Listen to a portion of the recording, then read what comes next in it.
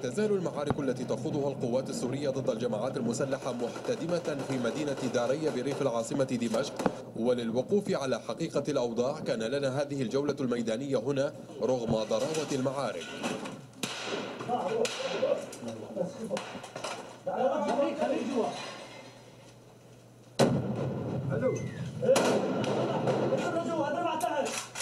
اكثر من 400 مسلح موجودين بهذا البناء، بهذا البناء مقابلا اذا فيك تصوروا تاخذوا صوره من هون.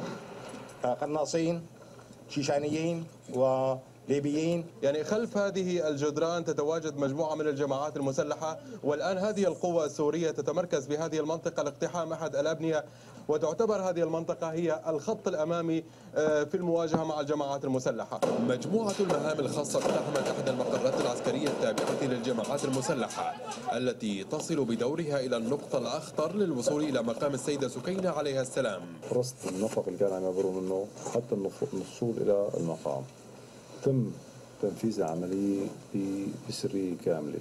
النفق اللي عم يستخدمه عبرنا منه حتى وصول إلى المقام.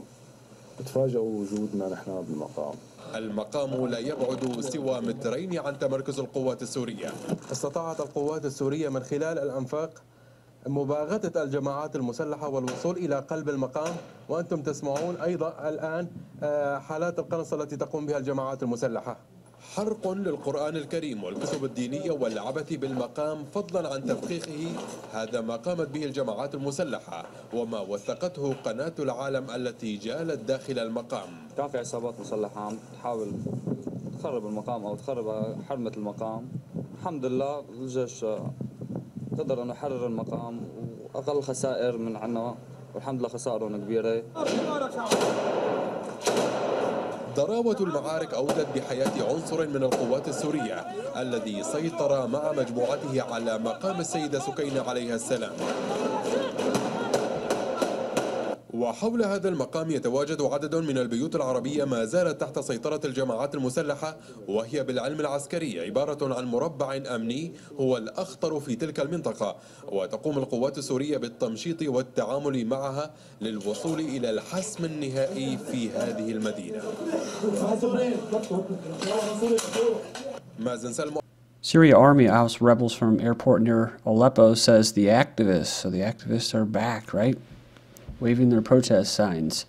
This is from April 7th from Bloomberg. Syrian forces push rebels, including an al-Qaeda-linked group, that's probably al-Nasra, from a village next to the Aleppo International Airport and a military airbase.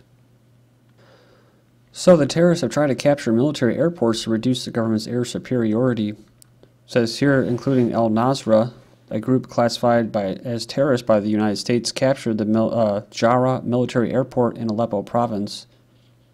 They've also claimed to cut the road linking Damascus to Jordan, although that's been disputed by the government, like I said. Militants suffer heavy losses near Syrian capital. On Sunday, a number of militants were killed during intense clashes with Syrian troops in the city of Al-Tal, located on the northern outskirts of the capital.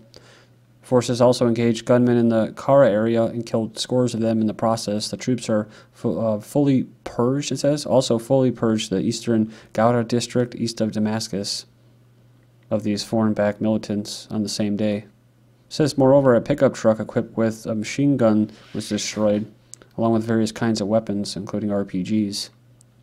A unit of Syrian forces killed a number of snipers in the city of Harasta, located about 15 miles northeast of the capital. The army also recaptured the suburbs of Kafrin, Haran, and all of these other ones, and it's set in a similar operation. Militants could never emerge as winner of Syrian conflict, says an analyst. So, says foreign-backed militants fighting against Assad could never emerge as a winner of the Syrian conflict, says this Lawrence Davidson.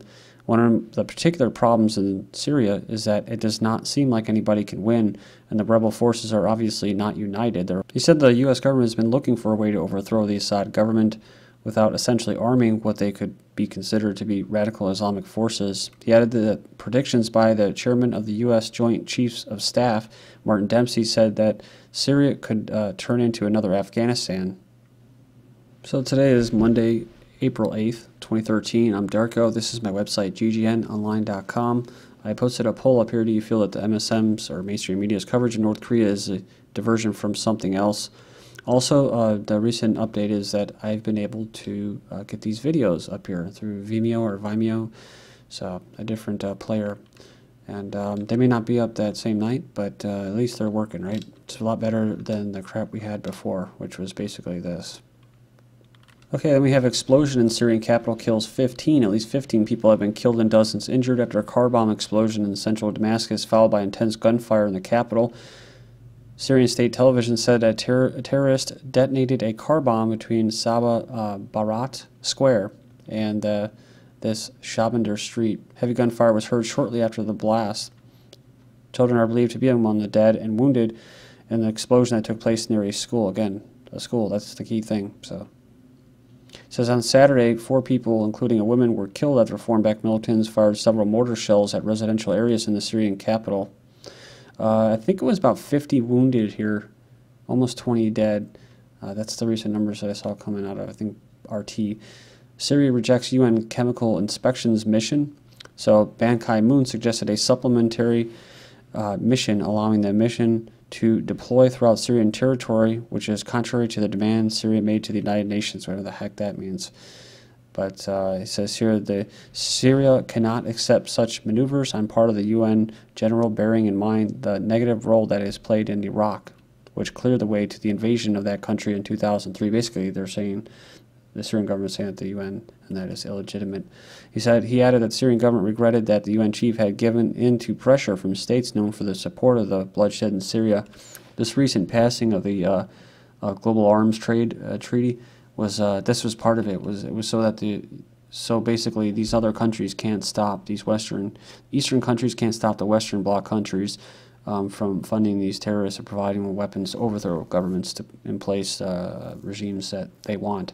It says a fact-finding team led by Swedish scientists was set up by the request of the Syrian government. Damascus has accused foreign-backed militants of using chemical weapons against civilians in Khan al-Sal on March 19th. Then we have Assad saying that the Arab League represents Arab states and not Arab people. We said that the Arab League itself needs to be legitimate after the regional organization granted Damascus a seat to the opposition. It's in remarks to the Turkish television station. Assad said Arab League itself needs to be legitimate. It's an organization that represents Arab states and not Arab people. Thus, it cannot offer legitimacy and can't draw it back. It says the real legitimacy is neither from organizations nor from foreign officials. It's even not from other countries. It's offered by your people, he said. So in regards to what happened at the Arab Summit about almost a week and a half, 2 weeks ago, when Qatar granted Syria's seat at the Arab League to foreign-backed opposition, Assad said, all these shows are worthless according to us. Saudi Arabia backs push to carve out liberated southern Syria. Saudi Arabia is backing a push by the Syrian opposition, which is Western-backed terrorists, to carve out a liberated area in southern Syria, opening a key route of attack on Damascus. They're probably the you have the also in, let's not forget, on the border with Israel, they're trying to push a not just a no-fly zone, but a buffer zone, which is a territory that will be seized, more territory seized by Israel from Syria that they'll never get back.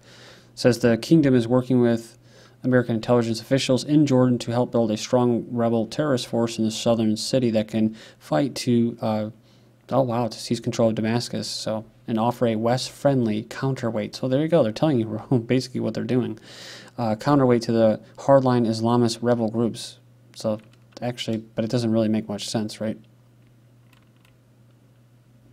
Mostly because the rebels are the terrorists. So, I mean, how are they going to counter each other? How are they going to do that? Americans are supervising the flow of arms, and the Saudis pay for them. Let's not forget about Qatar. So this is what a rebel says. Americans are doing the training and Saudi is paying for it. Yeah, that's right. Intelligence agencies and army and that, and defense from the U.S. are training these terrorists in Jordan. Then you have Al-Qaeda chief urges Syrian rebels to seek Islamic State. They've urged rebels to fight to establish an Islamic State in Syria in an online message on Sunday. Then we have Israel saying the United States and the West must threaten to attack Iran within next month. We've heard this so many dang times.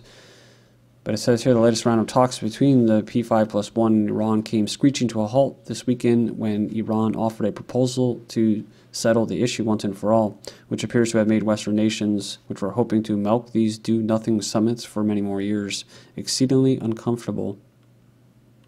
They're talking about this individual strategic affairs minister, Yavel Steinitz, is demanding that the U.S. and other Western nations immediately issue an ultimatum to Iran to submit entirely or face invasion.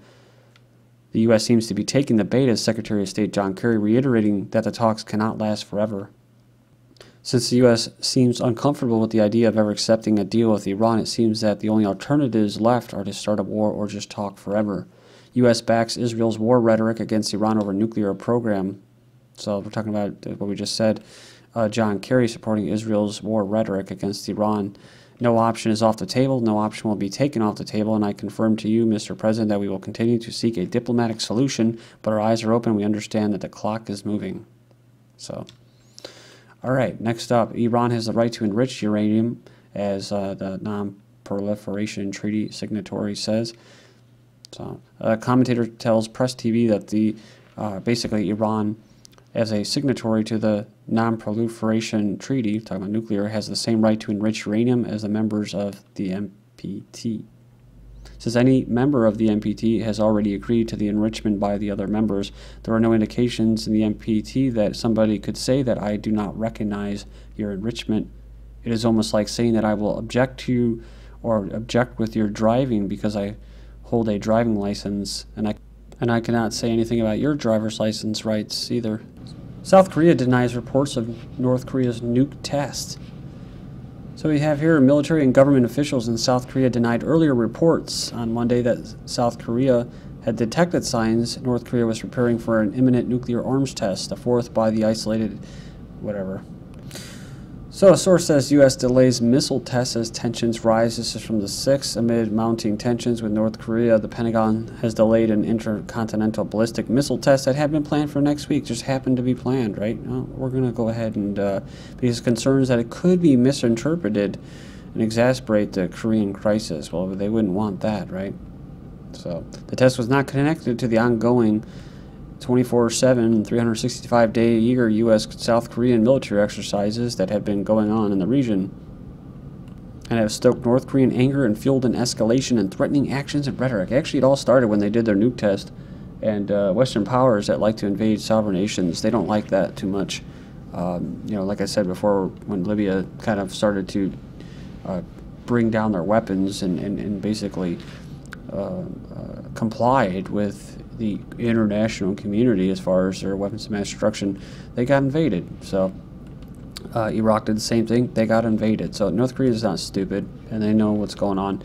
So, and then once they did that, once they tried to assert their sovereignty and do their little test, they didn't like that, so they applied more sanctions on them, and then North Korea answered by saying, well, okay, we'll just end the arms cyst with South Korea.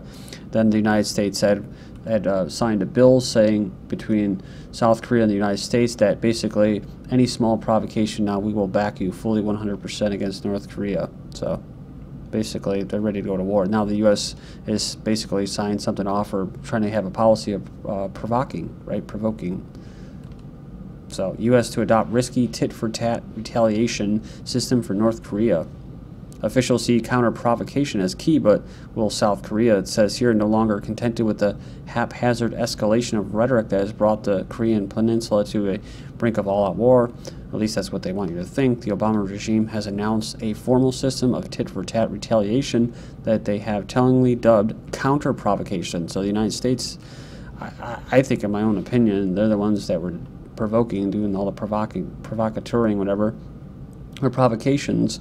And then, of course, North Korea to make sure that they seem like hardliners to their people, knowing that they can't take on the United States or the world, but they have to do it anyways. At least that's how they see it. They answer in kind with provocation, so they're actually counter-provoking. Now, the U.S.